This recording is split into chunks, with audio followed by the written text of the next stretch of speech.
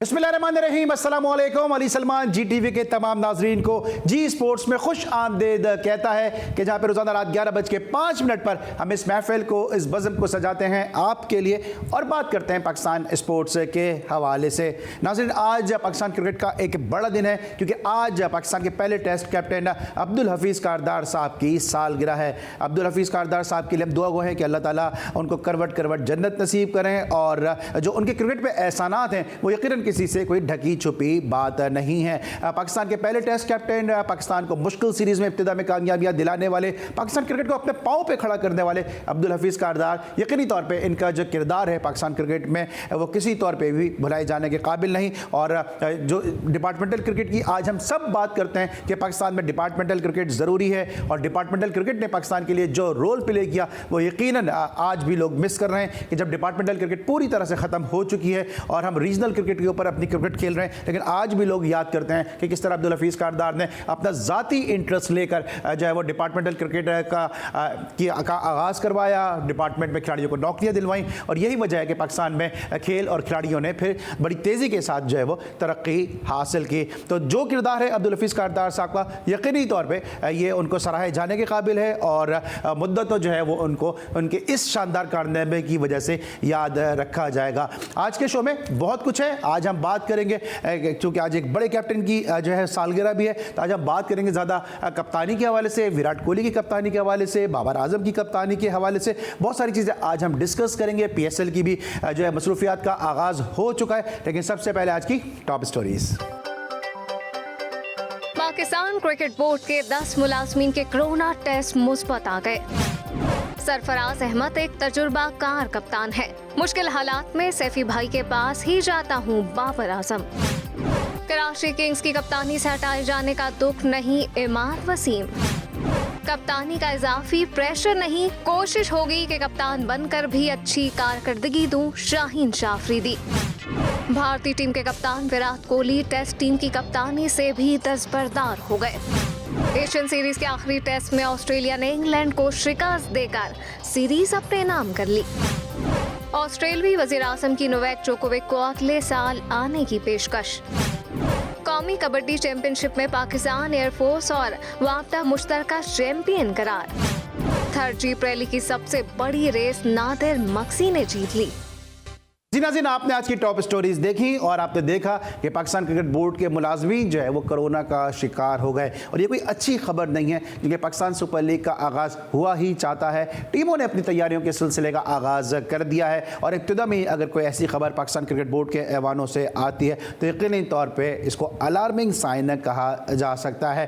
Pakistan cricket के मामलों के हवाले से अपडेट करने के लिए मेरे साथ मौजूद हैं नुमाइंदा जी टीवी मोहसिन मेहदी। उनसे हम जानेंगे कि इस वक्त पाकिस्तान क्रिकेट बोर्ड के ऐवानों में क्या हो रहा है और ख़ास तौर से पाकिस्तान के शहर कराची में इस वक्त क्रिकेटर्स की क्या मसरूफियात हैं। अस्सलाम वालेकुम मोहसिन।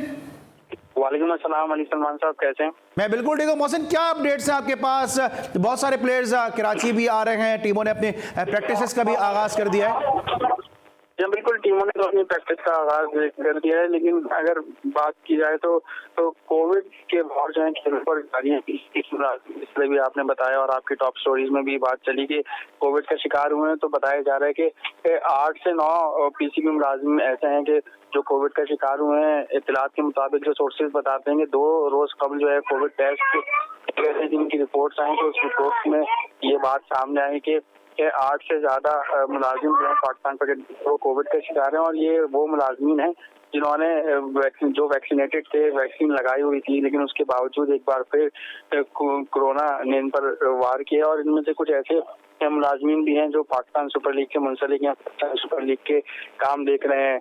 अलबत्ता इंटरनेशनल क्रिकेटर्स की अभी तक पाकिस्तान आमद का सिलसिला शुरू नहीं हुआ, मगर ये खबर जो है सामने अगर जाएगी तो मैं समझता हूँ कि एक मनफी पहलू पाकिस्तान सुपर लीग से की जानिब से जाएगा कि सुपर लीग शुरू होने से पहले जो है वो कोविड ने वार कर दिया पाकिस्तान को। अच्छा, जैसे कोविड ने वार किया मोहसिन, कोविड ने जो वार किया है, मुलाजमिन जो है वो कोरोना का शिकार हो गए, इससे आपको क्या लगता है? क्योंकि आप क्रिकेट का बहुत ज़्यादा कवर कर रहे हैं, प्लेयर्स के साथ भी आपकी मसरूफियात काफ़ी ज़्यादा है, आपको क्या लगता है कि इससे जो तमाशाइयों की स्टेडियम में जो आमद है उसको तो ब्रेक नहीं लग जाएगा? क्योंकि टिकटों की जो फरोख्त है वो शुरू हो चुकी है, लेकिन कहीं ऐसा तो नहीं कि फिर इन तमाम चीज़ों को देखते हुए खाली स्टेडियम में मैचेस खेले जाएं? देखिए, मुझे लगता है कि ब्रेक लगेगा और कल तक आपको ये खबर भी सामने आ जाएगी, क्योंकि एनसीओसी इस पे संजीदगी से सोच रहा है। जो कराची में पहला फेज होना है पाकिस्तान सुपर लीग का, इस हवाले से जो सिंध हुकूमत है यहाँ से, उन्होंने जो है रिक्वेस्ट की है कि इस मामले पर नजरसानी की जाए, क्योंकि कल तक की जो कोविड की शरह थी वो 40 के करीब थी। तो इस वजह से एनसीओसी ये चाह रहा है कि जो शायकीन की तादाद है वो कम कर दी जाए। अलबत्ता कराची किंग्स की अगर बात करें तो उन्होंने आज से प्रैक्टिस का भी आगाज कर दिया। और जहाँ तक आपने टिकट्स की बात की, तो टिकट्स भी अगर आप ऑनलाइन देखें तो टिकट्स खरीदने के रुझान में भी जो है शायकीन क्रिकेट की इतनी दिलचस्पी इसलिए नजर नहीं आ रही क्योंकि कोविड के मामला चल रहे हैं, शरह दिन ब दिन बढ़ती जा रही है पूरे पाकिस्तान की। अगर बात करें तो शायकीन भी इसी कश्मकश में शिकार हैं, क्योंकि हम तो फील्ड में होते हैं और रोज बरोज जो है वो अपडेट लेनी पड़ती है कि कितने टिकट्स आज सेल हुए। तो अभी तक जनरल इंक्लोजर जो है 15 इंक्लोजर है पाकिस्तान नेशनल स्टेडियम में, कराची नेशनल स्टेडियम में, लेकिन अभी तक सिर्फ 2 से 3 इंक्लोजर ऐसे हैं जो पूरे सोल्ड आउट हुए हैं और वो जनरल इंक्लोजर हैं। तो वो जो हमने आवाम से जाना, शायकीन क्रिकेट से जाना कि भाई क्यों आप लोग अब पीएसएल होने जा रही है, क्यों उसके टिकट्स नहीं ले रहे, तो उनका ये कहना था कि ऐसा ना हो कि हम टिकट्स ले लें और फिर एनसीओसी ये फैसला कर दे कि शायकीन क्रिकेट या तो अभी यकीनी तौर रिफंड का एक बड़ा लंबा प्रोसेस होता है, बड़ा प्रोसीजर उसका लंबा है, तो इसलिए शायद थोड़े से लोग जो है वो हेजिटेट इस हवाले से कि टिकट्स ले लेंगे तो फिर उसका रिफंड पॉलिसी क्या सामने आती है। अब ये बताइएगा प्लेयर्स की जो मसरूफियात हैं वो क्या मसरूफियात हैं, क्योंकि अब देख रहे हैं कि बहुत सारे जो करंट प्लेयर हैं, फॉर्मर प्लेयर्स हैं, वो भी कराची का रुख कर रहे हैं, कुछ एडवर्टीजमेंट कैंपेन भी चल रही हैं, कुछ जो और दूसरे क्रिकेट की मसरूफियात भी जारी हैं। बिल्कुल, अगर बात की जाए प्लेयर्स की तो कराची किंग्स के जितने भी लोकल प्लेयर्स हैं जो पाकिस्तान में ही हैं, उन्होंने तो कराची में डेरे डालनी है। हमने देखा कल तमाम प्लेयर यहाँ पहुंच गए थे शहर कराची में और फिर आज से उन्होंने बाकायदा तौर पर प्रैक्टिस का आगाज किया जो नेशनल बैंक के स्पोर्ट्स कॉम्प्लेक्स में हुआ। कोविड की वजह से साथियों को थोड़ा सा प्लेयर्स से दूर रखा गया, वही जो डिकोरम है, लेकिन बताया जा रहा है कि 20 तारीख से जो है वो तमाम गैर मुल्की खिलाड़ी भी पाकिस्तान आना शुरू हो जाएंगे और अपनी अपनी फ्रेंचाइज को ज्वाइन कर लेंगे। जब 20 तारीख से खिलाड़ी यहाँ पर पहुंचेंगे, 3 रोज का करंटीना करेंगे। 3 रोज करंटीना के बाद अगर प्लेयर्स की रिपोर्ट मंफी मुस्बत आई तो फिर खिलाड़ियों को प्रैक्टिस सेशन करने का इजाजत भी दी जाएगी। तो पाकिस्तान क्रिकेट बोर्ड ने कराची में पूरा होटल भी बुक करा लिया है और इसी सिलसिले में जो आज कोविड टेस्ट पॉजिटिव आए तो वो इसी सिलसिले में थे कि होटल बुक करा लिया। अब तमाम तरफ पाकिस्तान क्रिकेट बोर्ड का जो स्टाफ है, होटल का जो स्टाफ है, उनके भी टेस्ट कराने ताकि प्लेयर्स जो इंटरनेशनल खिलाड़ी आए और 20 तारीख से जो बबल में दाखिल होने का सिलसिला है वो प्रोसेस जल्द आ जाए। और साथ साथ आज ये भी फैसला किया गया है कि जो ब्रॉडकास्टर्स हैं पाकिस्तान सुपर लीग के, उनको भी जल्द जो है वो पाकिस्तान लाया जाए। एक और बताया जा रहा है कि कुछ ब्रॉडकास्टर्स आज पहुंचेंगे और कुछ के ब्रॉडकास्टर्स कल पहुंचेंगे होंगे। हमने देखा था पिछली कुछ सीरीजों में ब्रॉडकास्टर्स की वजह से कोविड जो है यहाँ पर पाकिस्तान में स्प्रेड हुआ था, तो ब्रॉडकास्ट के हवाले से भी पाकिस्तान क्रिकेट बोर्ड ने फैसला किया है कि उनको 20 तारीख से कुछ दिन पहले जो है पाकिस्तान जो है बुला लिया जाए। ठीक है, बिल्कुल। मुझे क्विकली बताइएगा, ब्रेक पे जाना है, क्या तकरीब जो है वो शायान शान तरीके से होगी या सादगी के साथ आगाज होने जा रहा है? देखिए, पाकिस्तान सुपर लीग की जो इब्तिदाई तकरीब है उस पर रमीज राजा का ये जरा बता देंगे। उन्होंने कहा कोई इजाफी खर्चा नहीं होगा, अलबत्ता नेशनल स्टेडियम के बाहर जो है वो फेस्टिवल जैसा माहौल होगा, क्योंकि रमीज राजा साहब जो चेयरमैन क्रिकेट बोर्ड है उन्होंने फैन एंगेजमेंट पर इस बार ज्यादा जोर दिया। और जिस तरह हम देखते थे कि 6 एडिशन हुए पाकिस्तान सुपर लीग के, तो स्टेडियम के बाहर कोई ऐसा माहौल दिखाई नहीं दिया, जो कि दावा ये की जा रहा है कि इस बार ऐसा माहौल लगेगा कि जो स्टेडियम के बाहर एहतराम फेस्टिवल लगेगा, बच्चों के लिए झूले लगाए जाएंगे और उनके जो वालिदैन जो बच्चों को लेकर आएंगे उनके लिए भी सहूलियात मुतारिफ कराई जाएंगी। और ये भी कहा जा रहा है कि जो पाकिस्तान सुपर लीग का 7वां एडिशन है उसमें जो है 6 एडिशन से बिल्कुल मुख्तलिफ होगा। बहुत ज्यादा आपको इसमें नई। Thank you so much Mohsin Mehdi, हमारे साथ आप मौजूद थे और अपडेट कर रहे थे हमें पाकिस्तान क्रिकेट बोर्ड के मामलात के हवाले और साथ साथ पाकिस्तान सुपर लीग के बारे में कि क्या जो है वो नई पेशरफ जो है वो पाकिस्तान सुपर लीग के हवाले से सामने आई है। इसमें लेंगे ब्रेक और जब ब्रेक के बाद वापस आएंगे तो मजीद आपसे गुफ्तगू करेंगे। मिलते हैं छोटे से ब्रेक के बाद।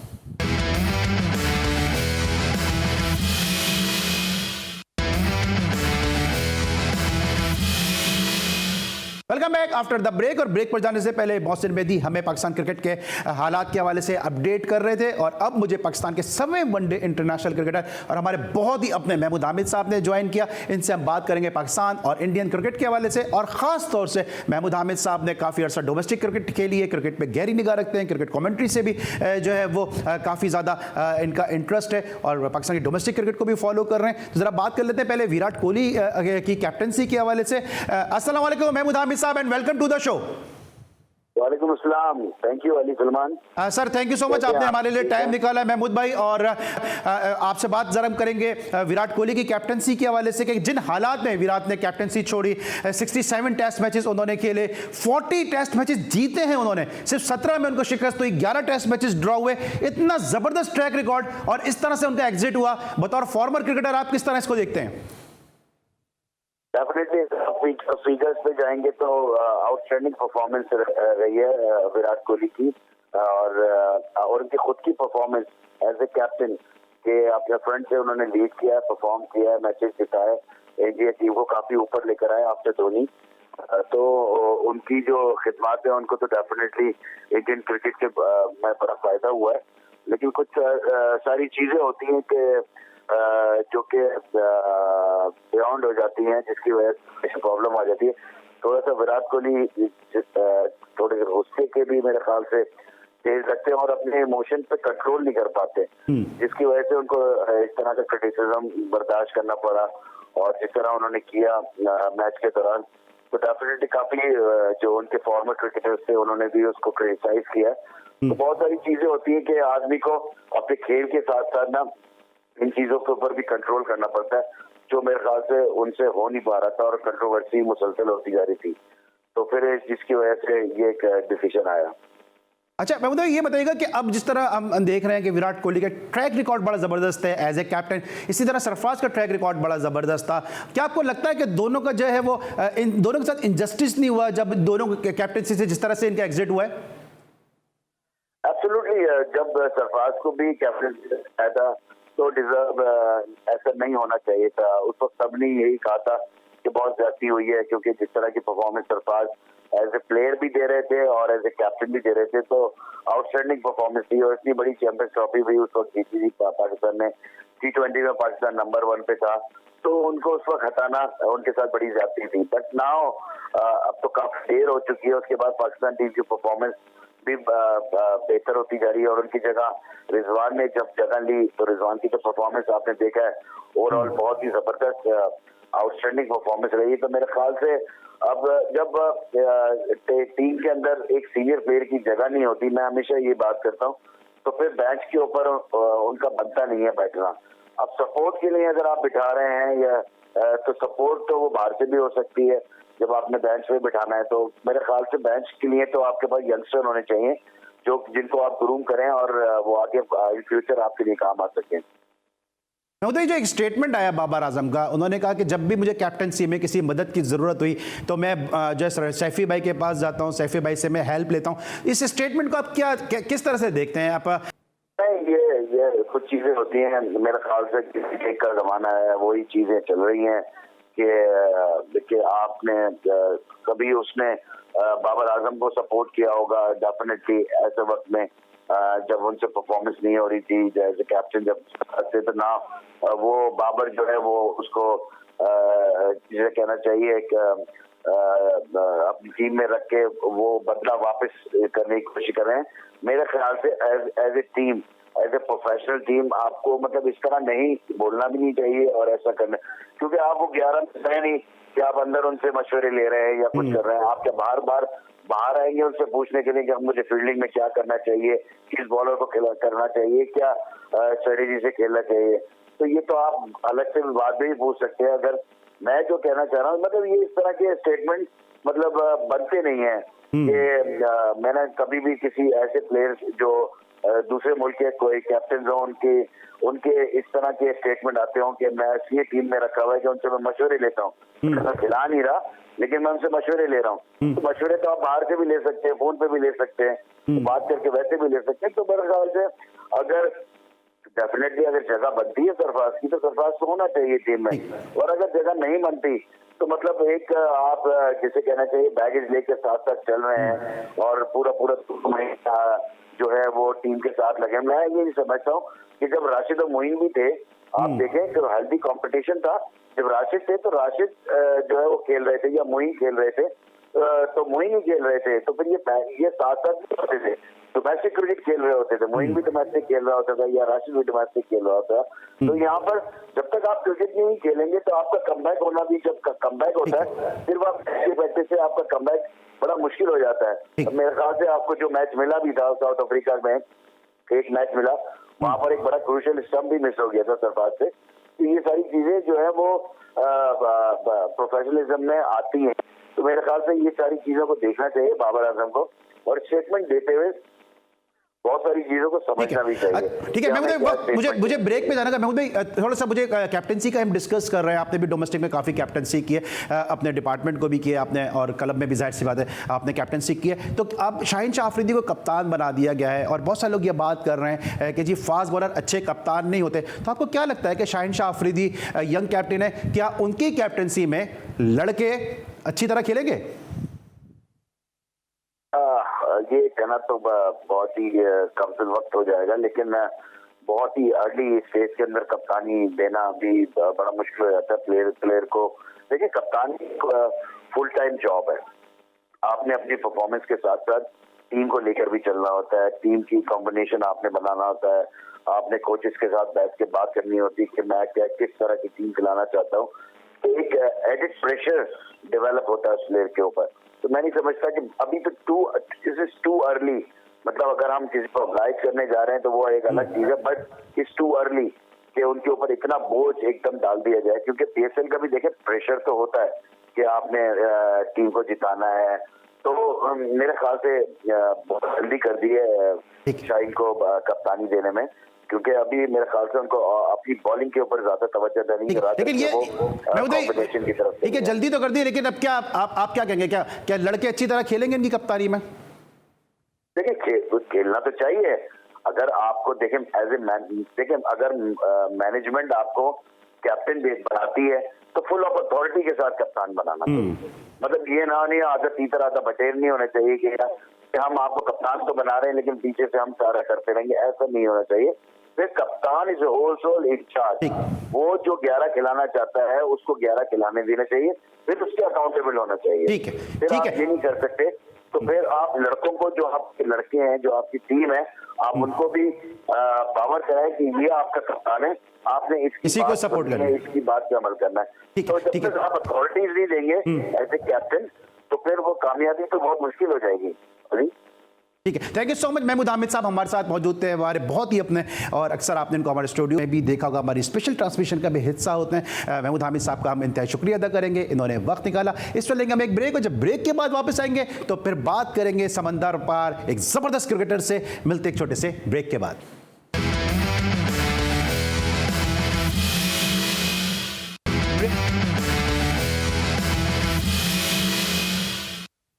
Welcome back after the break. और इस वक्त मेरे साथ मौजूद हैं फॉर्मर इंडियन क्रिकेटर और एक बहुत ही जबरदस्त cricket expert, cricket commentator Atul Vasan ji. उनको शो में हम वेलकम कहेंगे। आदाब अतुल जी।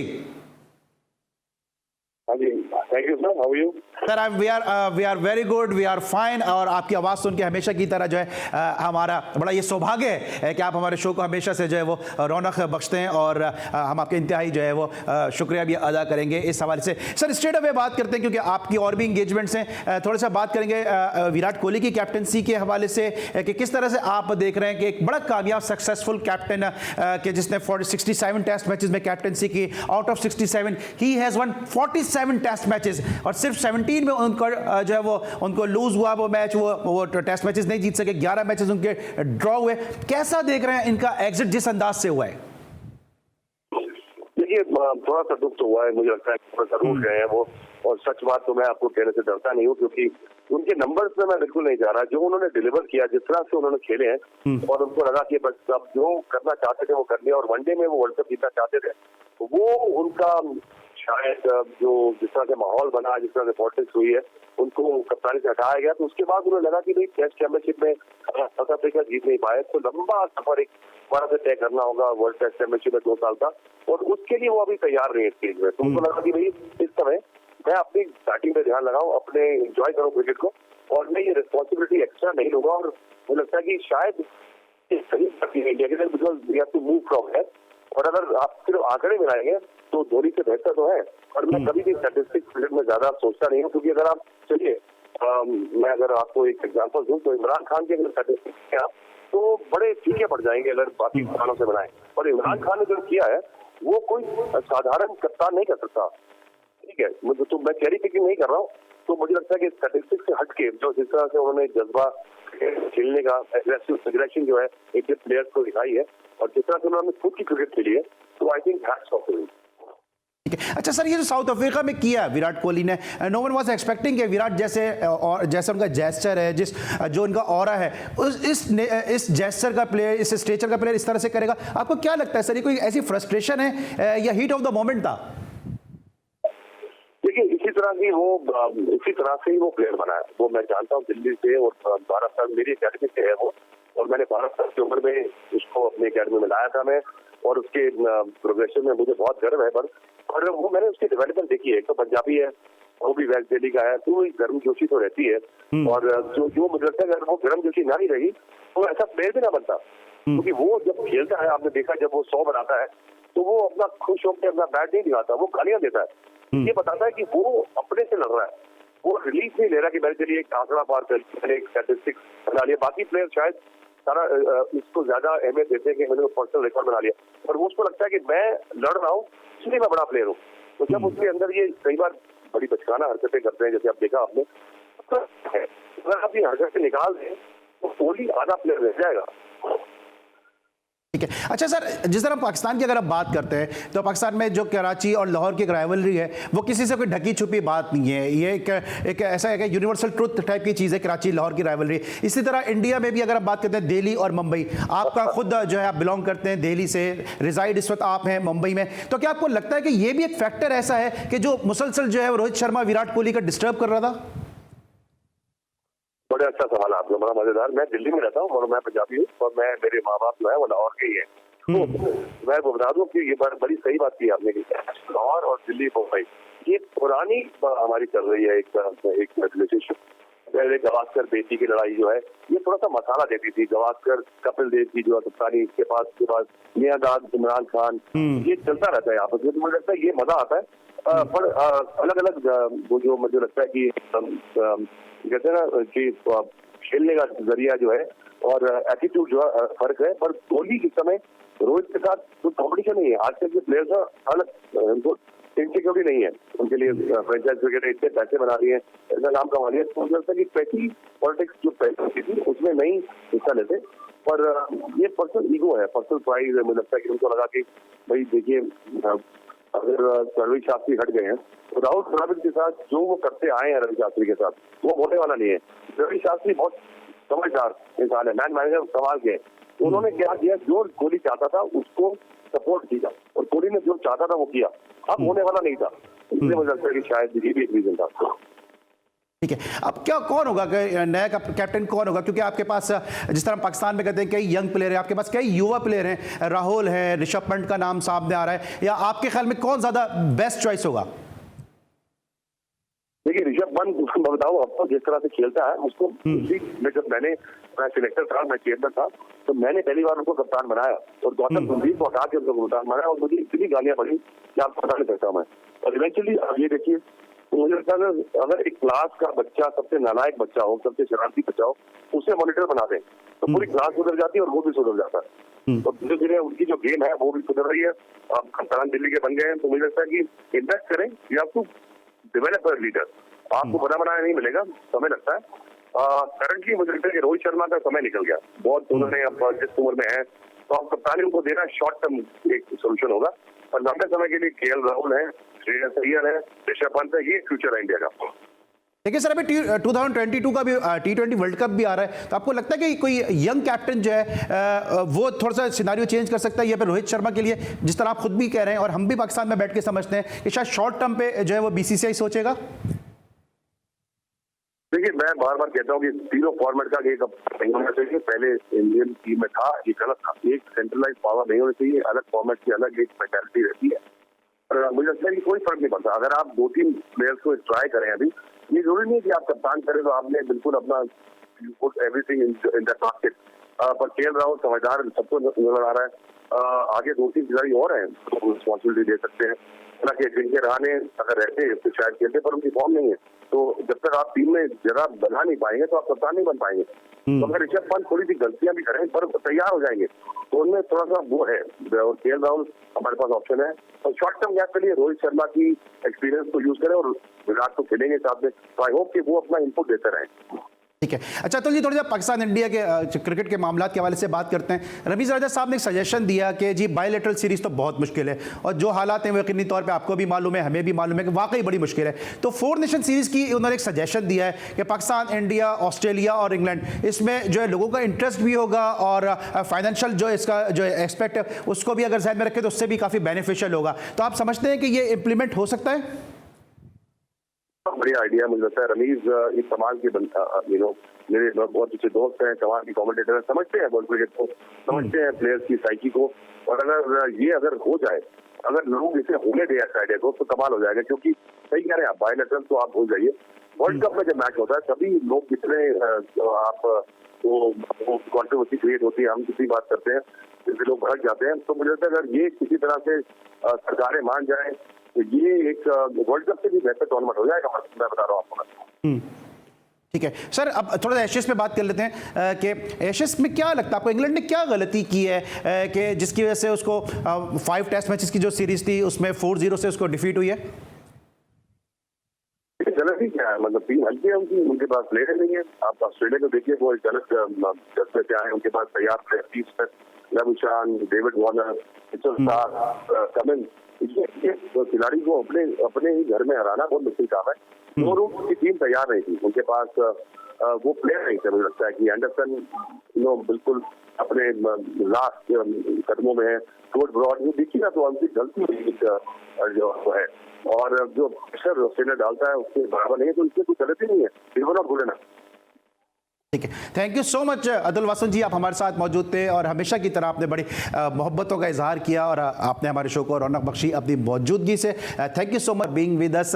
तो नाज़रीन, ये थे अतुल वासन जी जो बात कर रहे थे इंडियन पर्सपेक्टिव के हवाले से, और पाकिस्तान में काफ़ी लोग ये बात कर रहे हैं और इस बात को सेकंड भी किया अतुल वासन जी ने कि जिस तरह यहाँ पर बात होती है कराची लाहौर की राइवलरी के हवाले से, वो ठीक है, एक पॉजिटिव एक हेल्दी राइवलरी है कि अगर लाहौर का प्लेयर परफॉर्म करता है तो फिर कराची का प्लेयर उससे बढ़ के परफॉर्म करने की कोशिश करता है, और अगर कराची का प्लेयर परफॉर्म करता है तो लाहौर का प्लेयर उससे बढ़ के परफॉर्म करने की कोशिश करता है। साइमल्टेनियसली इसी तरह इंडिया में भी है, और ये एक टीम के लिए ओवरऑल जो है फिर इसका बेनिफिट जो है वो सामने आता है। तो हमने आज कोशिश की थी कि हम इंडियन पर्सपेक्टिव आपके सामने लेकर आए, और इसीलिए अतुल वासन जी आज हमारे शो के मेहमान खास थे। लेकिन जनाब, आज हमारे जो शो की नज़र थी वो आज समंदर पार गई। लेकिन एक और ऐसा खेल है कि वो कहते हैं ना कि जी नज़रों के जो तीर हैं वो बड़ा असर रखते हैं, और वो काम जो तलवार से नहीं हो सकता वो नज़रों से हो जाता है, नजरों के तीरों से हो जाता है। और जब तीर की बात होती है तो फिर तीर अंदाजी जो बड़ा माजी का एक कहते हैं बादशाहों का खेल था, बहादुरों का खेल था, जवां मर्दों का खेल था। इस हवाले से सबा पाशा ने एक रिपोर्ट तैयार की है, आइए देखते हैं।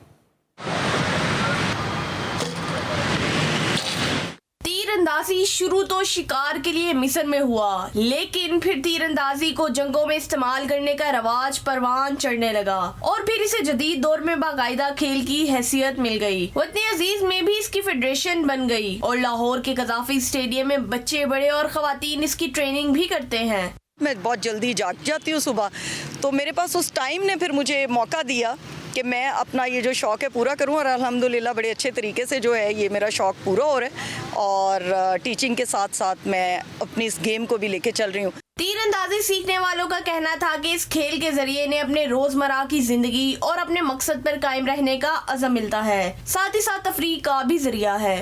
तीरंदाजी मुनफरिद खेल तो है ही, लेकिन पाकिस्तान का महंगा तरीन खेल भी जाना जाता है। हुकूमत अगर प्लेयर्स को सपोर्ट करे तो प्लेयर्स मुल्क का नाम आलमी सतह पर रोशन कर सकते हैं। कैमरामैन मोहम्मद अली के साथ सबा पाशा, GTV न्यूज़, लाहौर।